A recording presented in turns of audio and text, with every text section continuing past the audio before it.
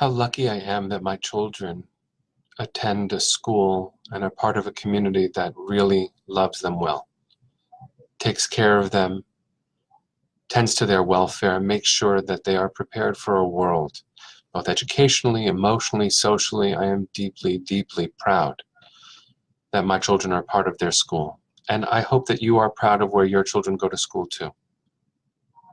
Something just happened. I got a good, indication that the school that my children attend is mindful and is thoughtful about security and safety. Schools around America undergo very regularly lockdown drills now, where children are taught how to hide and be safe in case of an active shooter. We don't call them shooting drills, we call them lockdown drills. I remember as a child, fire drills, and in fact, when I was in preschool, I didn't know what the fire alarm was, and I pulled one once, and I met the fireman who came to visit, felt deeply ashamed, and never thought about emergency response services or my own role in being a disruptor in the same way again. But just now there was a lockdown drill call that effectively let me know that this was taught and trained, and then I was called to tell me that it was over. And I know that this is important, and I know that this is right, but it makes me think of the bulletproof backpacks that are also for sale today. And it makes me think that there is no day on the calendar that would be a good day to schedule a lockdown drill, but that this lockdown drill occurred on the 1-year anniversary of the Parkland shooting. This world of our children, this world that we have allowed into reality, where the worship of guns has disrupted our notion of what society should be and what going to a movie theater means and what being in school means, the impact on our children and their parents and our society. I sit stunned at our world. The necessity of a lockdown drill is an absolute blasphemy. That we do it in order to be safe, I understand.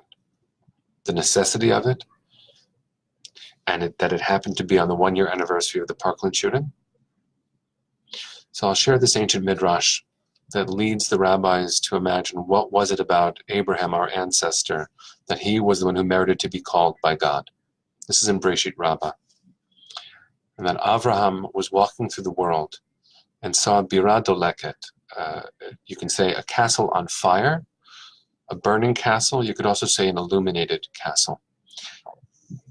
Avram saw that fiery, illuminated castle and says there must be some power, some person, something in charge. Whereas God peeked out from the Bira Doleket and said, I am the Baal Habayit. I am in charge. And then God says to Avram, Lech Lecha, go. It's you. You're the one I want. You notice the world.